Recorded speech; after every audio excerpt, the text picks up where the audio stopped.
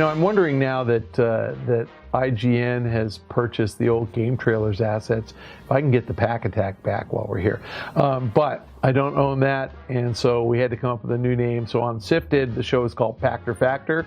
Welcome back to the Pachter Factor. Our first question this week comes from the SIFTD site from Dan Parsons. Recent corroborated rumors suggest that the Nintendo NX is a primarily handheld or portable console with detachable controllers that can be docked and played on the TV. The Vita proved that good hardware alone is not enough to compete with smartphones. But do you think Nintendo's expertise in handheld gaming and its strong catalog of IP could give the NX a chance of being a commercial success? Let's take that backwards. I think that all that matters is IP. And I think that one of the reasons that the Vita didn't really do that well is that there were very few Vita exclusives. There were very few games that were made just for the Vita. There were some of the, music games and puzzle games that were kind of cool, but not enough to make you go out and spend a couple $100 on a handheld. I think Nintendo could pull it off, and I think that the innovation here, because we know that the DS was supremely profitable and sold gajillions of units. We know that the 3DS is less profitable and selling fewer units, but still millions per year. I think the forecast now is 5 million for this year. That's down from 25 to 30 million that the DS did at its peak, and down from 13 million that the 3DS did. But this thing isn't only a handheld. Remember, this is a handheld. Theoretically, assuming that these rumors are true, this is a handheld that can be docked and you can play the games on your television. So that makes it more of a hybrid. It's probably a better way to look at it is it's an inexpensive console as opposed to just a glorified handheld. And I think that is somewhat appealing. I think if you can play Nintendo first-party IP, and if Nintendo gets their releases out on time, in time enough to support this thing, yes, I think it could be successful. Now, how do we measure successful? Nintendo's a public company, so I think that the right way to look at it is, are they making a profit for their shareholders? And one thing I do like about the company is they don't sell anything at a loss. So they will price the handheld the NX such that they can make a profit on each hardware unit. If they can sell 5 million or more units per year, they're going to be profitable on the software as well. They'll sell plenty of Nintendo first party. They will probably attract enough third parties that the NX can be a modest success. The real question is, will the device be powerful enough to support third party games?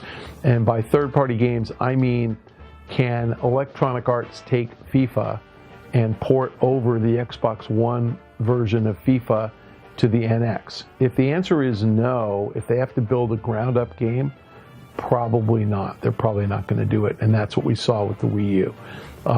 If they can, then I think the NX can be very successful, because there are a lot of Nintendo fans out there who want to play FIFA, who want to play Call of Duty, who want to play Grand Theft Auto, but those aren't available on the Wii U. So that really made people, buy the Wii U only to play Nintendo first party. If the NX has first party and third party, I think it can be successful. If it has first party only, I do not think it has a chance of succeeding. So we'll see. We have a question from Twitter from at Dolly Demovsky. I believe that's Dolly Bohr. I think I know who that is. Do you think the NX rumors that it's technologically weaker than Xbox One and PS4 will hamper the platform's success in the long run? Again, it's really the same question that I just answered. If it's weaker to the point where a game can't be ported from Xbox One or PS4 to the NX, yes, it's going to hurt its long-term success. If games can be ported over, what Nintendo has to do is make the decision to support the NX an inexpensive one for third parties. So once a publisher decides to make an Xbox One game, it's a couple of $1 million and they can make a PS4 game, and vice versa. If they decide the primary SKU will be PS4, it's a couple $1 million more to put it on an Xbox One. If it's a couple $1 million to support the NX, yes, I think just about every game will be on it. If it's a ground up build and it's 30 or 40 million bucks to put it on the NX, no. I don't think anybody will support it. So the rumors that it's technologically weaker, I don't know what that means. I mean, if the chipset will support the same kind of graphic fidelity as on a PS1 or a PS4 or an Xbox One, then sure. And again, I don't know if anybody really knows what all the specs are. This NVIDIA Tegra chipset is probably not as powerful as the Xbox One or PS4. Probably not going to attract a lot of third-party support. But let's see what the specs are first, and we'll see. Nintendo brings out a next generation console that's on par with the Xbox 360. I think it has a lot of trouble. I don't think it's going to get third-party support. The way that the Scorpio and the Neo are going to work, you develop a game for the Xbox One, and so let's just say that runs at 1080p and 60 frames a second. And on the Xbox Scorpio, it theoretically runs at 4K, probably not, but it'll run at 240 frames a second, let's say. Well, if you can dumb it down to 60 frames and it looks great and works on the Xbox One, that's great. And then they can add some graphical fidelity so you can run it at 240 frames. That'd be great. But we're talking about something behind the Xbox One, not behind the Neo or the Xbox Scorpio. We're talking about something weaker than the current Xbox One and PS4. Again, I don't know if this is weaker or not, but that's what the rumors are. If it is materially slower than the Xbox One and PS4, it's going to be a problem. And so I haven't seen the specs. Not that I would actually understand them if I did. We have a question this week from Twitter from an old fan favorite at Rohan Likes Pants, which is Rohan Rivas, who lives in North Carolina, a swing state. We'll see which way they go. I'm going to predict right now the way North Carolina goes is the way the election goes. So Rohan wants to know, what's my favorite video game swag item I've received while in the industry? I did actually bring some props to show you from my more recent history. I've got obsolete stuff. This is obsolete swag. So this is the game stick. It kind of looks like a Chromecast, and it plugs into your TV, and you have some old NES looking flat, ugly controller that comes with it. Very retro looking thing. I can't remember if they did ABXY, but this is just something that didn't work. It actually is in here. I'm not making this stuff up, but this was something they actually produced, and it's like new enough, Bluetooth and HDMI, and I never tried it because it's like, what games are on it? So I got that. I got another cool thing. I love these things. I got something called the Green Throttle game controller. This is for use with Android phones. Unfortunately, I have an iPhone, but it's for use with Android phones, and you can play mobile games using a controller with your phone as a screen. This was made by, and this company was sold to Google shortly after they gave me a free controller for a lot of money. I mean, it was like tens of millions of dollars. But anyway, these guys are the same people who brought you Guitar Hero. This is from Charles and Kai Wong. I think Charles might have been only, but he was the CEO of Red Octane. So he went from Red Octane to Green Throttle. So he's all about, red is port and green is starboard. So I think that he's all about boating and yachting. And then my most recent favorite piece of swag is this, which I'm pretty sure these aren't available yet. I don't think anybody's getting these until September, but this, just in case you care, is my personalized Xbox controller, my Bluetooth. I designed this myself. You notice it doesn't have my name on it because I'm thinking maybe we'll actually auction this off, at one of my E3 parties when we do a SIFTD membership drive and we get some of you guys to join. But yes, I picked this color scheme. I've got, purple analog sticks. I went like light blue, royal blue. I went with gray buttons. I'm just all about if I were to get my nails colored, I think I would probably pick this color for my nails. What do you think? Pretty dazzling, huh? But this is my new Xbox controller. I'm probably not going to keep this in the box. I'm probably going to actually use this thing. But in any case, that's some of the swag I got. I've got all sorts of other stuff, but unfortunately, I'm at home today, so I don't have it all here. I have it in my office. So we have a question from the SIFTD site from Soar Fear, which Soar Fear or Soar Fear? Soar. What is the guy's name? I think it's the first one. Or is it so RFR? RFR. It could be so RFR. So RFR, how you doing? Yeah, I'd like to meet that guy. What the hell does that mean? That you're afraid of flying? I don't get sore fear. What the hell does that mean?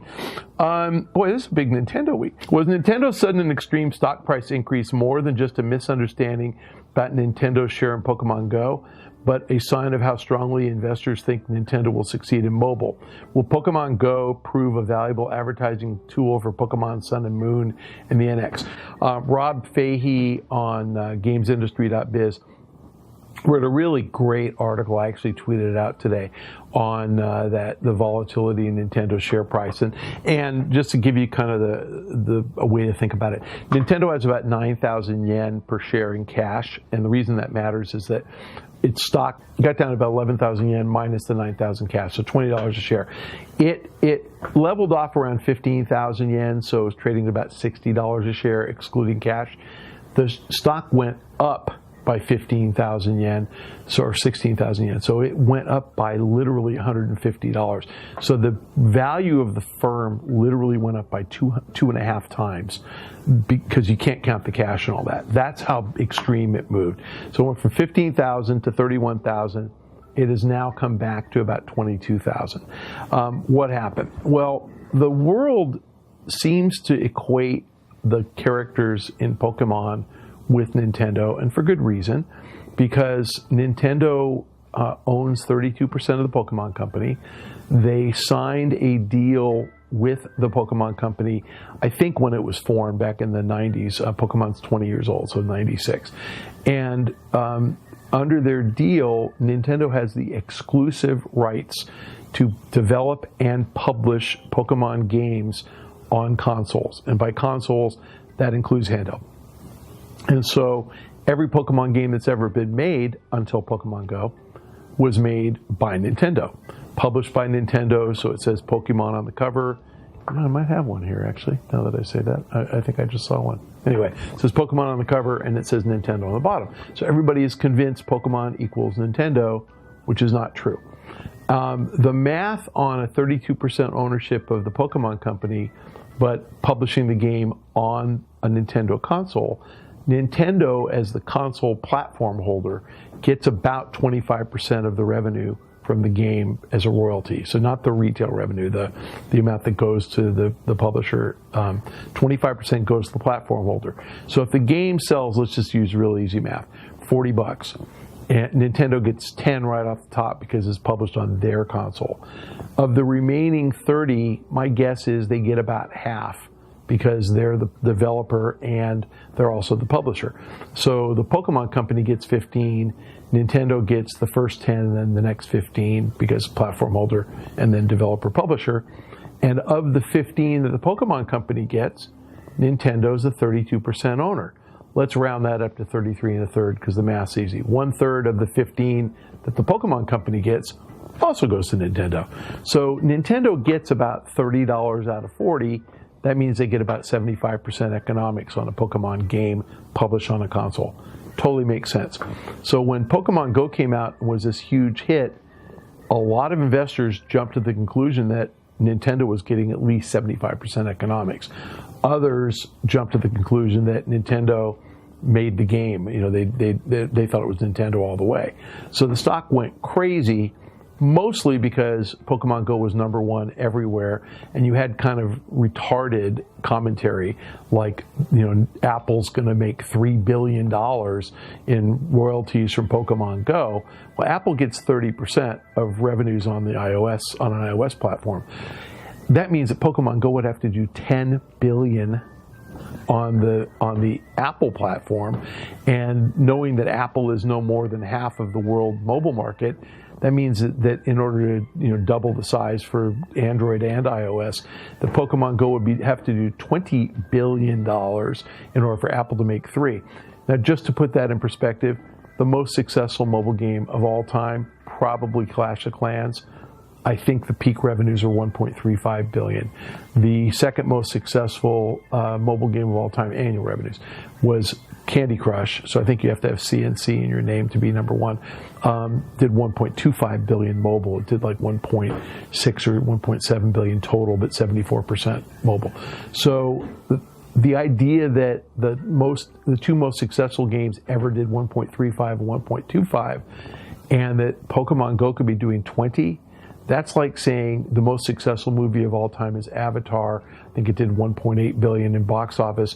Maybe Disney's going to put out a Mickey Mouse movie and it'll do 20 billion. That's just crazy.